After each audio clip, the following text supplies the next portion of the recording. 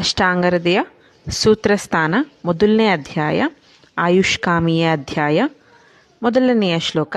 ರಾಗಾದಿರೋಗಾನ್ ಸತತಾನುಶಕ್ತಾನ್ ಅಶೇಷಕಾಯ ಪ್ರಸೃತಾನ್ ಅಶೇಷಾನ್ ಔತ್ಸುಕ್ಯ ಮೋಹ ಅರತಿಧಾನ್ ಜಘಾನ ಯೋ ಅಪೂರ್ವ ವೈದ್ಯಾಯ ನಮೋಸ್ತು ತಸ್ಮೈ.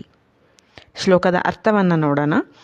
ರಾಗಾದಿರೋಗಾನ್, ರಾಗಗಳು ಮತ್ತು ರೋಗಗಳು. ಇಲ್ಲಿ ರಾಗ ಅಂತ ಅಂದರೆ ಮೋಹ ಅಥವಾ ದ್ವೇಷ ಅಥವಾ ಕಾಮ, ಕ್ರೋಧ ಇದೆಲ್ಲನೂ ಕೂಡ ಕನ್ಸಿಡರ್ ಮಾಡ್ಬೋದು. ಹಾಗೆ ರೋಗಗಳು, ಇವೆರಡೂ ಕೂಡ ಯಾವಾಗಲೂ ಮನುಷ್ಯನಿಗೆ ಅಂಟಿಕೊಂಡಿರುವಂಥದ್ದು. ಸತತಾನುಶಕ್ತಾನ್, ಯಾವಾಗಲೂ ಸತತವಾಗಿ ಶರೀರ ಜೊತೆಗೆ ಇರುತ್ತೆ. ಮತ್ತು ಆತನ ದೇಹಗಳೆಲ್ಲ ವ್ಯಾಪಿಸಿ ಯಾವುದೇ ಕೆಲಸ ಕಾರ್ಯಗಳಲ್ಲಿ ತೊಡಗದೇ ಇರೋ ಥರ ಮಾಡುತ್ತೆ. ಸೊ ಅಂತಹ ರಾಗ ಮತ್ತು ರೋಗಗಳನ್ನು ಬಿಟ್ಟು ಒಬ್ಬ ಮನುಷ್ಯ ಯಾವುದೇ ಶಾಸ್ತ್ರವನ್ನಾಗಲಿ ಓದಲಿಕ್ಕೆ ಅಂತ ಶುರು ಮಾಡಬೇಕು ಅನ್ನೋ ಉದ್ದೇಶದಲ್ಲಿ ಈ ಶ್ಲೋಕ ಇದೆ.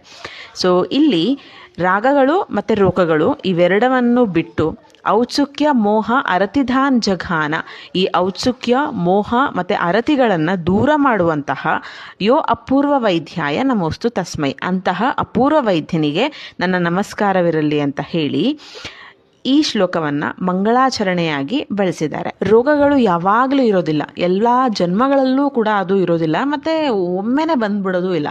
ಆದರೆ ಈ ಶರೀರದಲ್ಲಿ ಈ ಔತ್ಸುಕ್ಯ ಮೋಹ ಅರತಿ ಅಂದರೆ ಕಾಮ, ಕ್ರೋಧಗಳು, ಈ ರಾಗಗಳು ಯಾವಾಗಲೂ ಶರೀರದಲ್ಲಿರುತ್ತೆ.